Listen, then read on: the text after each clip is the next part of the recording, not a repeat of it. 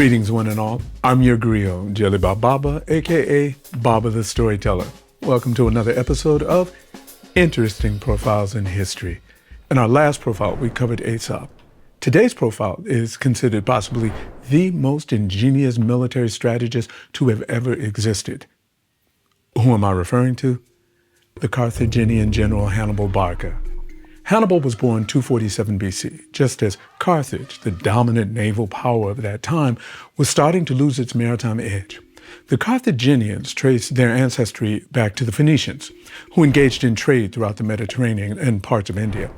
The Phoenicians established Carthage as a hub for trade in the Mediterranean.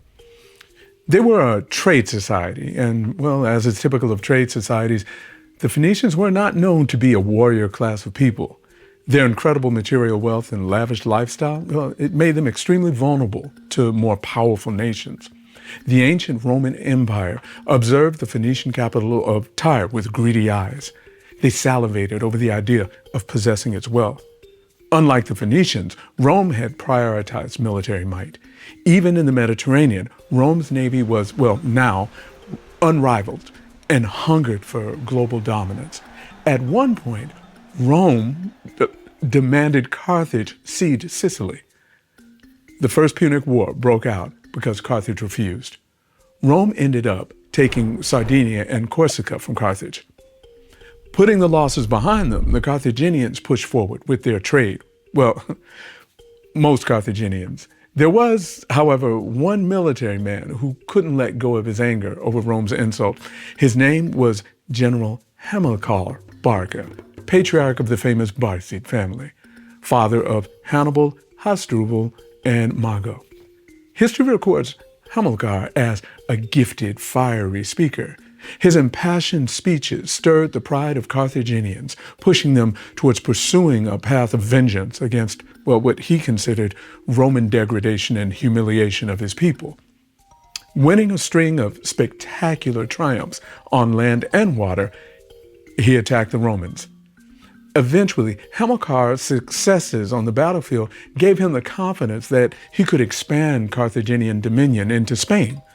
Before he left on his campaign, as was the custom, he offered sacrifices to appease the gods.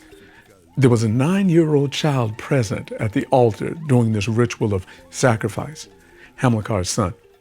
The child saw his father in himself, and like many young boys, past and present, his unstructured play was filled with battles between good and evil.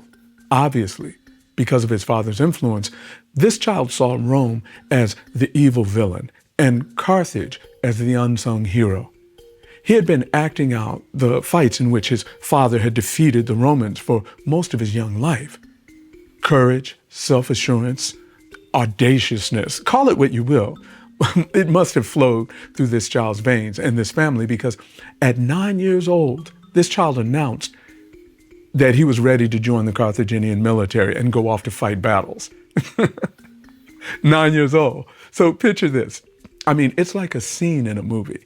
Young Hannibal runs across the sacrificial altar where his father is offering sacrifices to the gods and leaps into his father's arms, tightly clutching him around the neck, pleading with him to let him accompany him into war. Okay, so parents of this era must have been built differently, because his father, I know you're not going to believe this, his father actually consented to bringing his 9-year-old son with him on his military campaigns. So kneeling before his father, young Hannibal swore an eternal hatred of Romans. Now you can see that this scene playing out, I mean, really beautifully in a movie, couldn't you? Okay, so after a little more than 17 years or so, this child had grown up.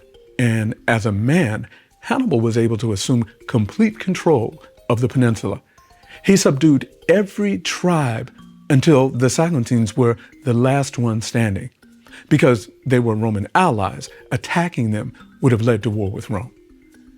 After an 8-month siege at what became known as the Battle of Saguntum and a brutal combat, Hannibal finally prevailed, staying true to his promise.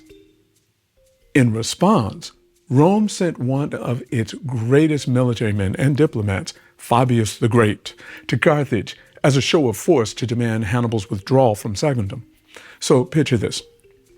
Hannibal and his army sack the Spanish city of Saguntum, send back tons of its wealth to the people of Carthage. Along comes Rome to tell them to stop. So what do you think happened? Well, if you guessed that the Carthaginians told the Romans to go kick rocks, you'd be right. And this, my friends, is how the Second Punic War was started. Rome had no doubts that it could destroy Carthage in a war. First of all, Rome was impenetrable. As far as the sea, Rome's navy was much stronger than that of Carthage and could prevent a landing anywhere along the Italian coast. As for the northern approaches, nature had created a natural sentinel in the form of the frozen Alps. It had long been conventional wisdom that crossing the Alps with almost any size military unit was impossible. A suicidal mission, if you will. When the Second Punic War started, Hannibal, who was still in Spain, made the strategic decision to attack the Roman outpost of Gaul and march toward the Pyrenees. He had 80,000 infantry and 12,000 cavalry and 40 elephants. As his army approached France, Hannibal left his wife, Emilce, and son behind for safety. When some of his soldiers showed signs of fear over the dangerous journey ahead, Hannibal sent more than 10,000 of them back, and he just marched on. He used his legion of elephants to trample challengers, defeating tribe after tribe along the way. Hannibal and his army crossed the Pyrenees and marched east until they reached the river Rhone at what is present-day Avignon, France. The Rhone at this time in history was a deep, rushing river, and it presented all kinds of strategic issues for him and his army. Not only was the attempt dangerous because of nature's unpredictability, but also on the opposite bank were hordes of the enemy, salivating at the thought of a bogged-down Carthaginian military. Now, here's where we get a glimpse of Hannibal's brilliance. He saw the dilemma facing him and laid out specific plans to be executed, calling one of his most trusted aides, a man named Hanno. He gave him 10,000 soldiers and commanded him to cross the river several miles further up. When Hanno and his troops had accomplished this, they were to send up a column of smoke as a signal of success. Hannibal, in the meantime, had his rafts prepared, and when he saw Hanno's signal, he immediately gave the order to cross. The barbarians on the opposite bank pressed forward into the waters to repel Hannibal and his troops. Hanno made a surprise attack from the rear, throwing them into confusion and chaos.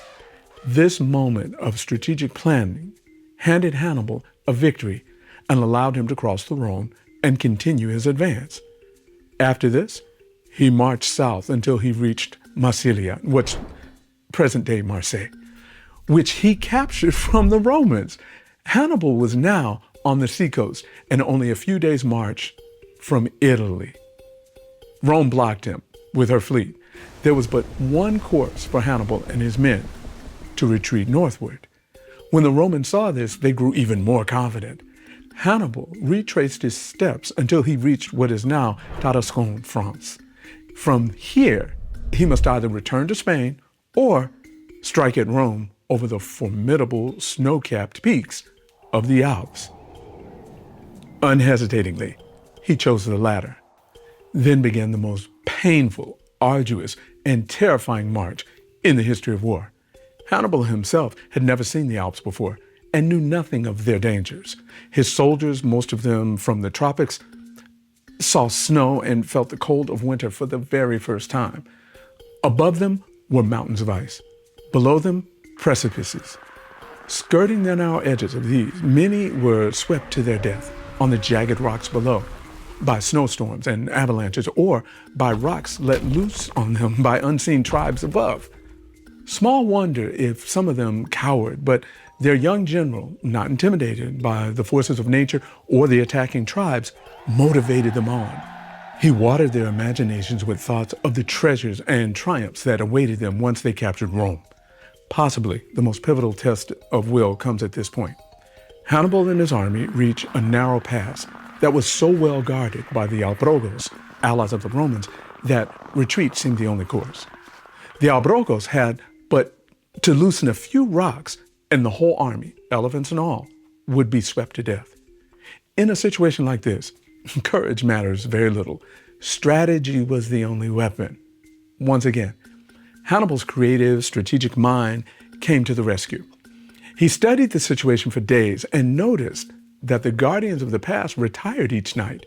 It seemed as though they felt sure that no one would ever be able to scale the frozen heights, especially in the darkness. The Albrogos guards would spend the night in the warmth of their huts and return early in the morning. Accordingly, Hannibal, with a number of his men, left early one morning for the heights. They reached them before the Albrogo. Unknown to Hannibal, though, another contingent of the enemy, lower down, had come forward with plans to ambush. They attacked his men as they came up. Confusion followed. Hannibal, seeing his men and horses being swept to death over the cliffs by stones let loose by the enemy, left some of his men to guard the heights, and hastening down, rallied his men to turn what seemed certain defeat into victory. Continuing up the mountain, he met still another tribe, which they were pretending to be friendly, and they led him into an ambush in which he lost many more of his soldiers. 9 days later, he reached the summit, where he was able to see the rich plains of Italy far below. But his difficulties were not over. The descent was equally hard. During a snowstorm, thousands of his men died. At last, November 15th, 218 BC, 6 days later, his army reached the plains, emaciated, starved, and ragged as they were. 15 days coming over the Alps had decimated his ranks. Polybius, a historian of the times, says that of Hannibal's original 70,000 infantry, only 20,000 remained. Of his 12,000 cavalry, half had been lost. But there was a miracle. Somehow, some way, all of Hannibal's elephants were safe. With this outrageously small force, he was now to face the mightiest military power of that age, Rome. And Rome, according to Polybius, had more than 1 million fighting men, of which 250,000 were infantry, 25,000 cavalry, and auxiliaries of over 770,000. The news of Hannibal's army's arrival shocked the Roman public.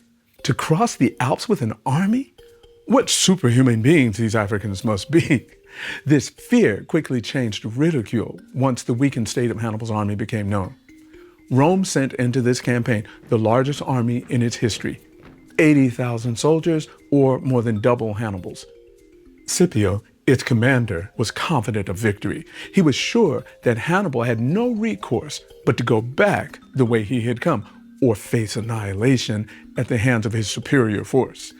Scipio is quoted as having said, and listen carefully to this, Scipio is quoted as having said, "These Africans are but the resemblances, nay, rather the shadows of men, being worn out by hunger, cold, dirt, and filth, and bruised and enfeebled among stones and rocks. Their joints are frostbitten, their sinews stiffened with the snow, and their limbs withered with the frost. Their armor battered and shivered, their horses lame and powerless. With such cavalry, with such infantry, you will have to fight. Indeed, you will not have enemies in reality, but rather their last remains." This motivational speech is historical for many reasons, one of which is the lesson that has been handed down to us over the millennia. Rule number 1, and many of you know this, and it's this: never, ever underestimate your opponent. Underestimating is exactly what Scipio was calling on his legions of soldiers to do. He closed out his speech by saying, "Moreover, we have beaten these miserable Carthaginians by land and sea often before. Now they have had the temerity to cross the Alps, but they won't be strong enough to return over it. We have them in a trap. What I do fear," and listen to this part of the quote, you're not going to believe this. He said, "What I do fear is that victory is going to be so cheap that the world is not going to give us credit for it." Let me repeat that last part. Victory is so cheap that the world is not going to give us credit for it. Hannibal was in a really desperate position. Courage and initiative were his sole hopes. Assembling his men, he told them that he had promised to lead them to plunder such as no army had ever seen before, and that it was up to them to seize it or die in the attempt. To bring home the critical nature of their situation, Hannibal had the enemy prisoners taken in the Alps brought before his troops. He then had the weapons the captives had fought with thrown down before them. What he did next can be considered either one of the most cold-hearted or strategic motivational moves of any military commander up to that point in history. He spoke to the enemy captives and explained that if they were each willing to fight a duel to the death with someone of their own tribe, the winners would be set free, given horses, arms, and money, and allowed to return to their villages.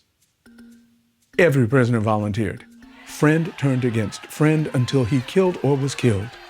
And true to his word, Hannibal rewarded the victors and sent them on their way. At the conclusion of this gruesome contest, Hannibal turned to his men, delivered a rousing speech that has been a template for many leaders of our contemporary era. He's quoted as having said, "You are like these captives, shut in on every side. Behind you are the Alps, before you the Romans and the river. Your only hope is battle and victory will not be difficult. Think of the splendid and prosperous career before you. It will conduct you to Rome, second in wealth only to Carthage. There are great treasures to be divided amongst us if we win. If we lose, we are lost. But there is no place of safety we can reach by flight. We must win." Scipio reached Hannibal at Decino, and confident of victory, hurled his entire force at him. But Hannibal, who had carefully studied the ground, so arranged his men that the Romans would attack him in a body. And when they were bunched together, he let loose his armored elephants on them, trampling them and throwing them into disorder. Behind the elephants came his swordsmen to complete the slaughter. The Romans, panic-stricken, fled. The Carthaginians, in pursuit, cut them down ruthlessly. Scipio, badly wounded, was saved from capture by his son, who would later be known as the famous Scipio Africanus the Elder. Rome, shocked, gathered a larger army and sent it the same year against Hannibal at Trebia. Hannibal, though still greatly outnumbered, was in an even better position now. Moreover, he had motivated some of the Italian tribes to join his cause. I think this is not talked about enough in our historical analysis of Hannibal's campaign. I mean, think about it. What were the conditions many of these local tribes were living under to be able to have them be persuaded to join forces with an invading foreign army? Moreover, what were Hannibal's oratory skills, his abilities to be able to motivate such a massive legion of diverse fighters and garner such loyalty? In the Battle of Trebia, he drew the Romans into a marsh, and when they were bogged down, his troops killed the greater part of them. Among the slain was their commander, Sempronius. This victory gave Hannibal all of northern Italy. His next exploit was to cross the Apennines, a feat second only to crossing the Alps. By this time, however, he had lost all of his elephants, except the one on which he rode, which he called Surus, or the Syrian. I think at this point in the campaign, Surus only had like one remaining tusk, and Hannibal had lost one eye. All that summer, he ravaged the coast of the northern Adriatic. Hannibal was returning loaded with stores of supplies for the winter when he found himself trapped in a narrow pass by a large Roman army. The Roman commander was so sure of victory that he placed his men in battle formation to attack the next morning. But once again, Hannibal's ingenuity saved him. That evening, he assembled 1,000 head of captured cattle, had kindling tied to their horns, set them ablaze, and then turned them loose. The animals stampeded and created a tremendous commotion throughout the darkness of the night. The Romans, thinking that it was Hannibal who was trying to escape over the hills, abandoned their post and gave chase, after which Hannibal easily broke through their lines to escape. Rome, in desperation, now dispatched their ablest general, Flaminius, with an even much larger army. Hannibal, knowing that Flaminius had but one road to take, that via Lake Trasimene, modern-day Trasimeno, decided to ambush him there. When the armies met, his agile Numidians closed in on the Roman rear and cut off its retreat, while the Africans, Spaniards, and Gauls, suddenly issuing from nowhere, as it were, burst on the enemy's flank. A ghastly massacre ensued. The combat was so violent that an earthquake shook the region and the fighters were unaware of it. In this battle, the Romans lost 25,000 men. Hannibal, 1,500. Following the Roman defeat at Lake Trasimene, Hannibal had bronze coins minted, not only to pay his troops, but to celebrate the victory as well. By this time, remember, all of his elephants had perished, except one, and this was the one that he rode into battle, Surus. Okay, at this point, I really want to talk about the mystery of where Hannibal might have gotten all of these elephants, but I don't want to stray too far away from this issue about the coin because, well, I think it's really important. Okay, so here's an image of the coin.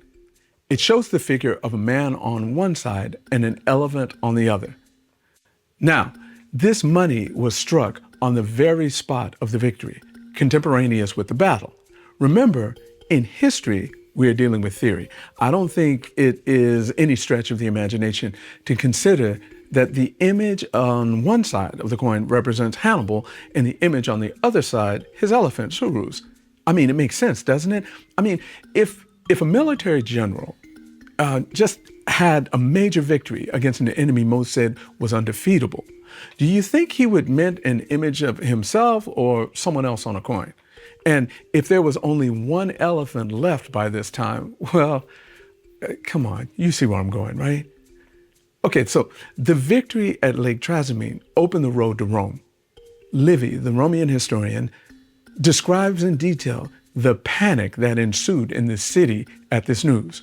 The Romans, as a last hope, gave complete control of their state to Fabius. Okay, now remember, this is the same Fabius whose decisions earlier had started the war with Carthage. Fabius, devious and cautious, decided as the best means of defense never to accept battle when it was offered by Hannibal, never to attack him in his camp or on familiar ground, but to wear him down by delay. As a result, history has given Fabius the title of the procrastinator. Hannibal, in the meantime, was asking Carthage for support. He had sent back bushels of gold, rings, and other plunder as proof of his success. But his commercially minded countrymen engaged in bickering at home and took little notice of him. Some reinforcements did reach him over the Alps, but it was inadequate. However, the delaying tactics of Fabius were entirely to Hannibal's liking, and he continued to ravage Italy. At last, the Romans, weary of Fabius, ousted him and gave command to two new generals, Varro and Aemilius, each of whom was to command in alternate days.